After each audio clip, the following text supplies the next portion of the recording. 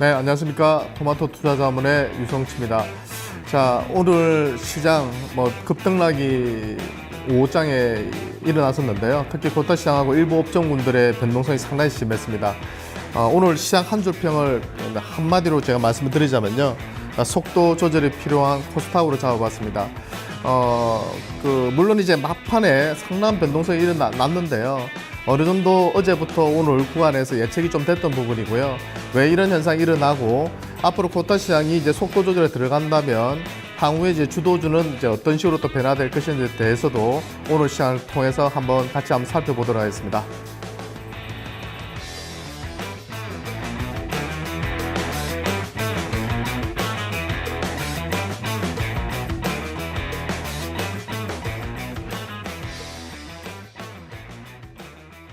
네, 조금 전 나온 공시 한 가지부터 체크해 보겠습니다. LG 디스플레이입니다. 어닝 서프라이즈입니다. 1분기 영업이익 4,739억 원, 전년 대비했을 때 689%나 급증이고요. 한 7배 나왔다라고 보시면 되겠습니다. 지난 1분기에 영업이익이 1,000억 원 조금 안 됐거든요. 900억 원대로 나타났는데 한 7배 정도 수준으로 상당히 좋게 나온 거고요. 당초에 시장 예상치가 5,260억 원이었는데 예상치 대비로도 40%나 웃돌았습니다. 상당히 큰 서프라이즈 기록하면서 내일장에 대한 관심을 더욱더 불러일으키고 있는 상황, 이 실적까지 살펴봤습니다.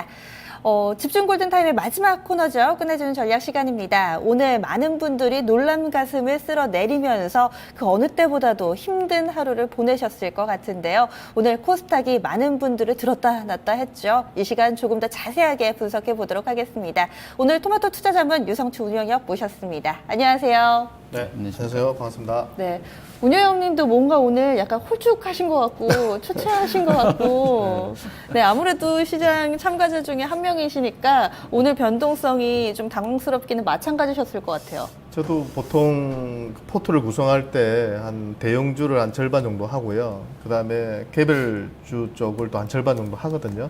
오늘 코타 시장 쪽이 급락하면서 제가 포트에 담고 있는 종목 한 종목이 또 좀 빠졌습니다. 그래서 나머지 대형주들은 나름 선방을 했는데요. 그래서 조금 오늘 저도 좀 충격을 받은 하루였습니다. 네, 관련해서 여러 가지 기사도 쏟아지고요. 대체로 좀 이야기를 모아보면 급등했으니까 차익 실현 욕구가 많이 올라간 외국인 쪽에서 매물이 좀 나왔다. 이런 얘기도 있고 대세 회수는 아니다.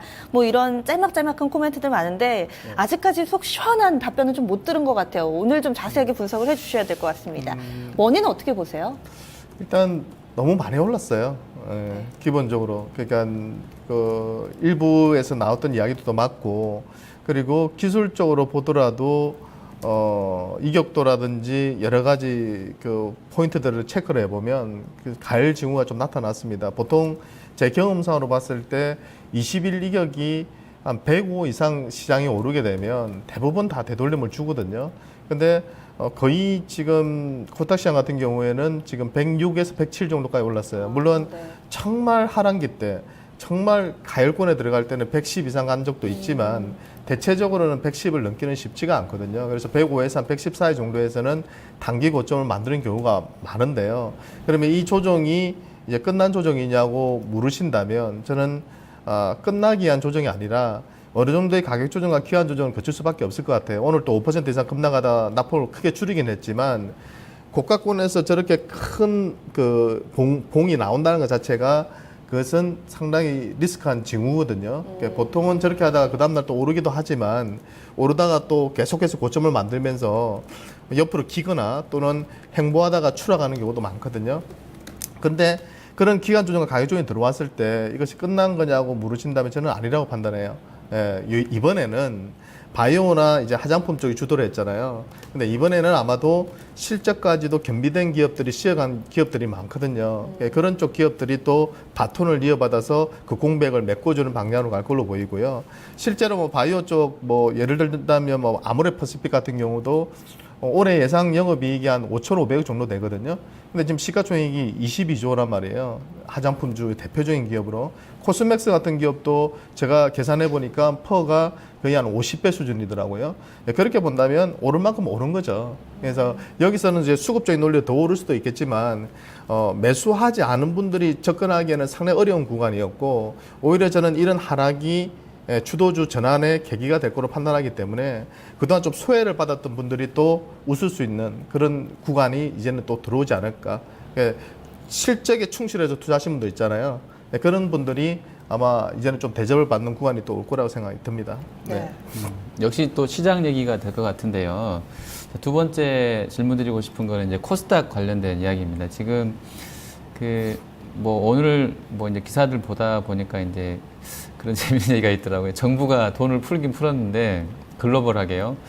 결국에 돈 있는 사람만 돈을 더 가져가게 되고 또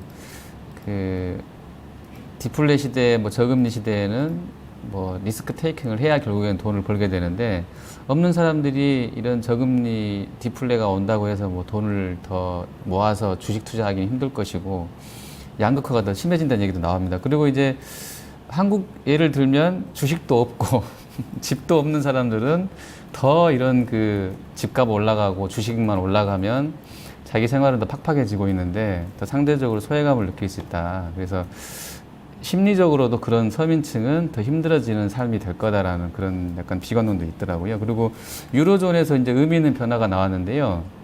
저희 이제 뉴스토마토 기자가 기사를 썼던데 유리보 금리가 마이너스로 떨어졌대요. 그러면서 저축률이 떨어진다고 하는데 결국에 그러면 이제 저축률이 떨어지게 되면 어쨌든 돈을 더 쓸 수도 있을 것 같고 그걸로 뭔가 주식을 하든 뭘 하든 살 것 같은데 이러면 이제 흔들림은 좀 있다고 해도 코스닥 포함해서 시장에 확 더 들어가는 게 낫지 않을까요? 어떻게 좀 보세요? 이런 국면이라고 그러면 갑자기 서민분들 얘기하다가 갑자기 확 들어가야 된다고 하니까 제가 헷갈리는데요. 근데 자본주의가 그런 것 같아요. 제 친구도 자본주의 종말론을 이야기하는 친구가 있거든요. 그 친구 말은 이대로 가면 다 죽는다. 그러니까 부자만 부자가 되고 가난한 사람 계속 가난해지니까. 주식 투자도 마찬가지거든요. 10억 투자하는 사람하고 1,000만 원 투자하는 사람 다르거든요. 돈이 돈을 번다 그러잖아요. 그죠. 돈이 돈을 벌고 부동산도 마찬가지고. 그러니까 이런 구조가 지금 우리나라 같은 경우도 뭐 엔겔 지수인가 뭐 그런 것들이 더 심각해지고 있잖아요. 그러니까 아마 이런 구도는 자본주의 시대에서 이런 구도로 계속 간다면 뭐 어쩔 수 없는 것 같아요. 근데 뭐 주식 투자하는 사람 입장에서는 뭐 그런 것들은 그냥 감정적으로는 뭐 우리가 걱정이 되지만 또 돈이 있으신 분들은 또 수익을 내야 되니까요. 자본주의를 또 이용해서 수익을 내야 되니까 그렇게 본다면 아까 말씀하신 것처럼 제일 중요한 것은 시장으로 돈이 들어오느냐의 관점이거든요. 그러니까 저는 들어온다고 봐요. 계속해서 제가 뭐 몇 달 전부터 그 말씀드렸지만, 아까 말씀하신 유로존도 마찬가지고, 뭐 요번에도 지준율도 중국도 또 인하했고, 뭐 일본도 지금 현재로서는 일본도 엔화를 강세로 가져가기가 힘들어요. 자기 수출 기업도 살려야 되기 때문에 계속해서 제가 볼 때는 돈을 풀 것이고 우리나라 돈 풀고 있고 그러니까 이것이 어찌 보면 피크를 향해서 가는 거죠. 미국이 금리 인상하기 전까지는 이런 피크를 향해서 가는 건데 근데 뭐 수익을 낼 수 있는 구간이면 내야죠. 외국인들이 또 수익을 내기 위해서 지금 들어오고 있으니까 그렇다면 오늘의 이런 급락은 아까 말씀하신 것처럼 제가 판단했을 때는 꺾이는 그런 추세 전환은 아닌 것 같아요. 어느 정도 또 뭐 보름이든 한 달이든 두 달이든 뭐 옆으로 행보하거나 기간 좀 거칠 수 있겠지만 당분간은 저는 계속해서 또 외국인들이 주도한다 보거든요. 그리고 경험상 외국인들이 2,000포인트 이상에서 매수를 하고요. 기관들이 계속 매도를 하는 구도잖아요. 이번에도 마찬가지거든요. 근데 결국 옛날에 보면은 외국인들이 팔기 시작하면서 무너져 버렸거든요. 근데 기간이 제 판단에서는 외국인들의 저런 매수 강도라면 아직은 좀 더 진행이 될 것 같고요. 기관들이 들어오기 전까지는 지수 꼭지는 아직은 멀었다고 판단하고 있어요. 그리고 코스닥 시장은 너무 가열권이지만 코스피도 지금 이격도가 한 103까지 갔거든요. 이것도 뭐 만만치는 않아요. 105 이상 가면은 고점을 단기적으로 만들 수 있겠지만 그래도 코스닥보다는 훨씬 좀 가볍다고 가볍고 그동안 시세를 못 낸 부분이 있기 때문에 괜찮고요. 특히 움직이는 종목들이 코스닥보다는 제가 볼 때는 좀 펀더멘털에 충실한 것 같아요. 실적이 좀 된다는 그죠. 거죠. 그러니까 뭐 낙폭 가대주라 하더라도 최근 올해 들어서 보면 정권주들 실적 좋아서 또 계속해서 움직이는 것 같고 이번에도 화학주도 실적 나오고 나서 더 급등하거든요. 그다음에 또 건설주 같은 경우도 대림산업 같은 경우 실적 예상보다 훨씬 좋았거든요. 그러니까 또 급등하고. 그러니까 실적이 되면 계속 가는 것 같아요. 그래서 코스닥 쪽에서는 지금 솔직히 바이오 쪽이나 화장품 쪽은 우리가 지금 접근할 수 있는 영역 같지는 않아요. 그러면은 제가 여쭤보고 싶은 게 그거였거든요. 아까도 제가 이제 질문 보내드리면서 PD한테 이건 좀 센 질문이다. 출연자가 상당히 힘들어할 수 있는 질문이더라고 했는데 질문을 약간 바꾸셨네. 제가 물어보고 싶은 건 이게 아니었는데 지금 주식 해야 되나요? 아니면 다 팔고 나와야 될까요? 새로 들어오는 사람들 입장에서. 제가 제 이해관계를 떠나서 말씀드려도 될까요? 예, 예. 중요한 것은 저는 이렇게 예. 생각해요. 예. 그 피터 린치나 오렌 버핏이 시장을 보고 투자하지는 않았거든요. 결국은 종목이거든요. 어떤 섹터나 내 종목이, 종목. 내 관심 예. 종목이 예. 평소에 내가 이 기업이 정말 5배, 10배 갈 수 있는 그런 대박을 낼 수 있는 장기 포트에 꼭 담아야 될 기업인데 네네. 예. 너무 많이 올라서 못 산 경우가 있잖아요. 그랬을 때 지금처럼 지수가 급락을 해요. 급락을 해서 그 종목들이 오늘처럼 뭐 5%씩 빠지고 네. 또 뭐 며칠 빠지고 네네, 그러면서 예. 뭐 10%, 15% 이렇게 빠져준다면 저는 그게 정말 좋은 기회라고 보거든요. 그런 섹터가 어디 있다고 보세요? 어떤 섹터라고 보세요? 업종. 제가 1임을 운영하고 있기 때문에 업종만 좀 말씀해 주시면 종목은 그러니까 아니더라도. 예. 개인적으로는 예. 여러 섹터들이 있는데요. 네. 그게 네. 어떤 섹터보다는 그 업종 내에서 실적이 정말 좋고 성장하는 기업들이 있어요. 네, 제가 네, 요새 네. 관심을 많이 두는 쪽 시스템 반도체 쪽. 예. 시스템 예. 반도체 쪽 기업들도 앞으로 성장성이 상당히 좋아 네. 보이고요. 오늘 뭐 LG 디스플레이나 이런 기업들 실적 엄청 좋게 나왔잖아요. 근데 주가가 계속 급락했거든요. 그러니까 이런 기업들도 나중에 역으로 보면 디스플레이 관련주나 반도체 관련주 내에서 그 부품주 중에서도 많이 빠진 기업들이 많거든요. 그런 기업들도 기회를 또 줄 거라고 판단이 들어요. 그러면 그 근데 어닝이 어닝이 좋다는 그 증권하고 화장품하고 건설하고 정유화학 쪽은 어떻게 보세요? 여기 대장격이었잖아요. 어떻게 뭐 5섹터가요. 예. 제가 그나마 네. 지금 요번에 나오는 실적들을 보고 판단했을 때는 금융 쪽에선 정권 네, 괜찮을 것 같아요. 예, 예. 그러니까 지난번에도 말씀드렸지만 지금도 괜찮다는 예, 거죠. 예. 지금은 약간 너무 올라서 이격도가 코스닥 정권업종도 제가 아까 찾아보니까 110일을 돌파했더라고요. 네네, 예. 120까지 갔다가 좀 쉬고 있는 건데 이것도 좀 가을권이에요. 단기로는. 근데 네네, 예. 실적이 워낙 좋게 나오니까 네. 대우증권 같은 걸 예를 든다면 지금 올해 예상 실적으로 퍼가 20을 돌파했더라고요. 근데 예전에 잘 나갔을 때는 25배 이상 갔을 때도 있거든요. 네네, 그러니까 이게 꼭지라고 볼 수도 없는 거예요. 예를 들면 뭐 25까지 갈 수도 있는 거잖아요. 수급 논리로 따지면 계속 사면은 기관에서 사면은 또 가는 것이거든요. 근데 보유하고 계신 분들은 가져가되 지금 매수를 들어갈 거냐 부분은 20%를 수익을 내기 위해서 지금 구간에서 들어갔다가 20% 손실을 할 수도 있는 부분이기 때문에 예. 제 판단에서는 가격 조절, 기간 조정을 좀 거칠 때 매수하시면 제일 좋으실 것 같아요. 정권하고 화장품 쪽도 마찬가지고요. 그 다음에 특히 제가 좀 괜찮게 보는 게 하업종 쪽하고 네네. 이런 건설 쪽, 이런 쪽은 실적이 좋은 것 같아요. 네, 그리고 오늘 이 코스닥 급락을 보고서 사람들이 확실히 시장이 참 빌미를 잘 만든다 이런 네. 평가들도 좀 많이 하시더라고요. 백수호 논란 있잖아요. 이 내추럴 엔도텍 하한가 기록하면서 뭐 백수호의 화들짝 뭐 이런 네네, 기사도 볼 수가 있었고 사실 지수에 미치는 영향력 보니까 내추럴 엔도텍 하한가 기록해도 코스닥은 1포인트 정도밖에 안 빠지더라고요. 근데 이것이 투자 심리 위축의 원인이 됐다, 빌미가 됐다 뭐 이런 얘기도 있던데 영향 좀 어느 정도 됐다라고 볼 수 있을까요? 그 심리니까 이렇게 좀 너무 지금 가열권에 들어가 있는 시장은 어떤 하나의 악재만 딱 나와도 심리적으로 하한가 딱 들어갔다면 그 관련주들이 폭락하고 그 화장품주와 또 같이 올랐던 바이오주나 그 관련 또 의료 장비주들이 또 같이 급락하니까 그런 영향이 제일 컸던 것 같고요. 근데 오래 가지는 않을 것 같아요. 결국은 그 내에서도 화장품이나 바이오 내에서도 실적이 바탕이 돼서 올랐던 기업들은 오늘의 충격이 저는 오래 갈 거라 생각하지는 않거든요. 근데 너무 무차별적으로 오른 기업들도 좀 많아요. 그러니까 그런 기업들은 아마 분명히 옥석 가리기가 될 거로 판단을 하고 있고요. 그리고 수급적으로도 지금 코스닥 시장이 코스피보다도 신용 잔고가 많아요. 오늘 또 보면은 외국인들하고 기관들은 팔잖아요. 근데 개인들은 계속 쓸어 담고 있거든요. 그러면 지금 3조 8천억대로 제가 알고 있는데요. 네네, 예. 그러면 예. 사상 최대치예요. 최고치예요. 네. 예. 코스피보다 많고 그러면 조그만 악재에도 예민하게 반응할 수밖에 없거든요.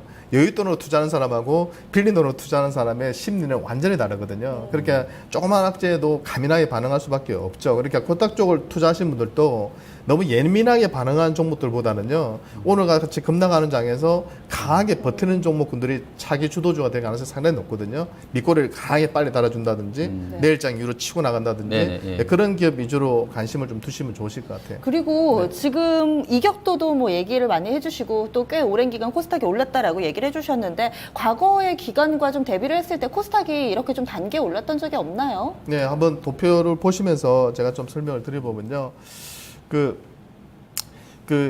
가장 정말 많이 올랐을 때는 제가 처음 주식을 시작했을 때예요.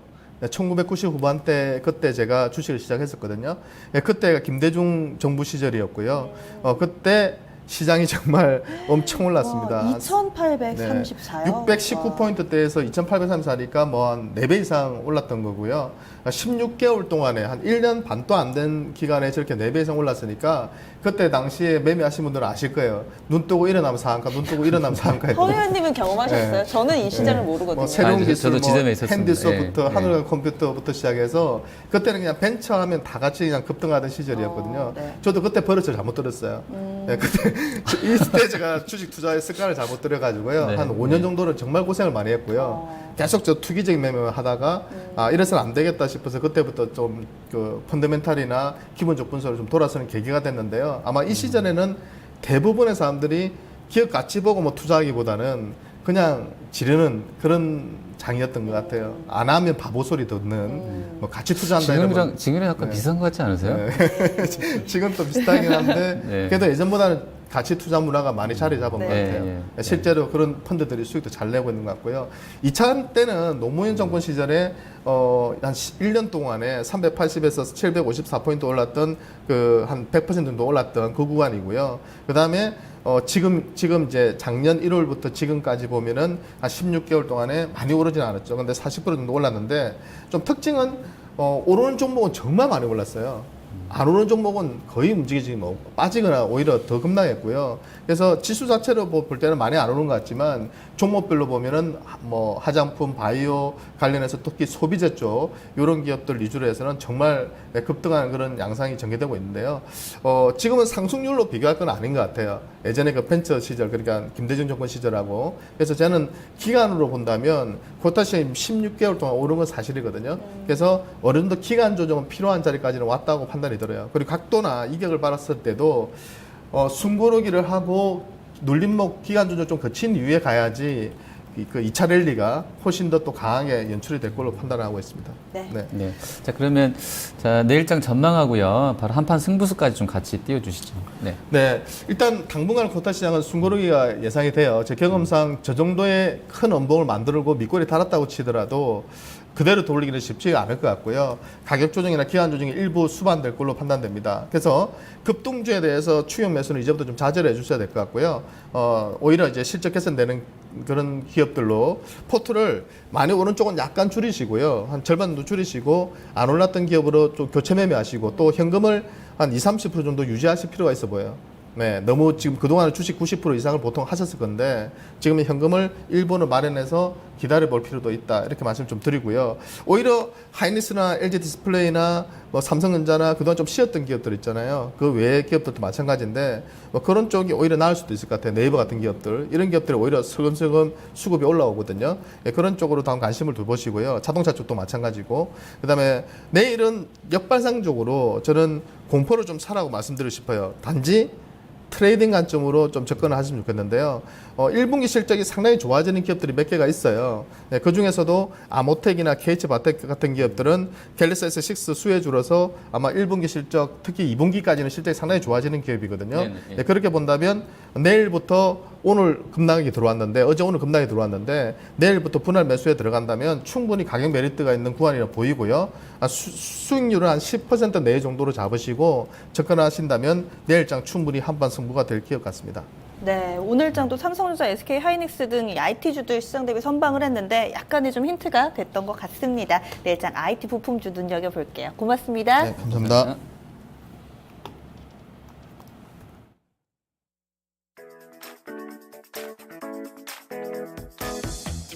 4월 23일 목요일 경제지표 일정입니다. 오늘 밤 미국에서는 2월 주택 가격 지수와 3월 기존 주택 판매 나옵니다. 2월 FHFA 주택 가격 지수도 함께 발표됩니다. 에너지정보청 주간 원유 재고 나옵니다. 최근에 국제유가 배럴당 55달러 부근에서 움직임 나타내고 있는데요. 이 흐름에 어떤 영향 미칠지 지켜보셔야겠습니다. 유로존에서는 4월 소비자 신뢰지수 나옵니다.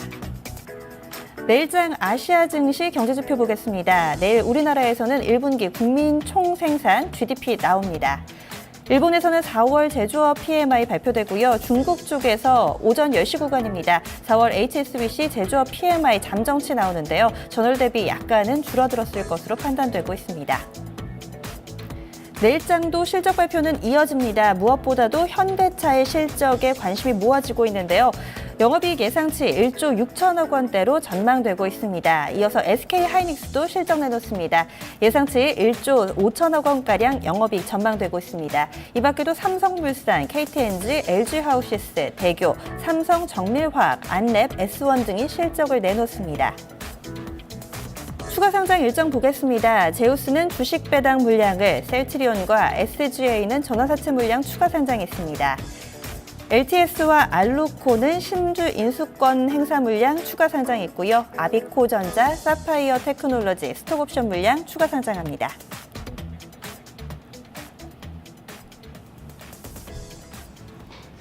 네, 자, 코스닥 시장 거래 대금이 7조 거의 4천억 원에 육박을 했습니다. IT 버블 때보다도 거의 뭐 1조 원 정도 더 많게 나온 것인데요. 자, 거래가 많이 실리는 이 부분을 놓고 이걸 화랑 장세의 끝물로 해석해야 되는 것인지, 아니면 계속해서 중국 증시를 좀 봤을 때는 시세 연속성을 담보할 수 있는 것인지, 뭐 내일 이후로도 시장이 답을 해줄 것 같습니다. 시청해주신 여러분 고맙습니다.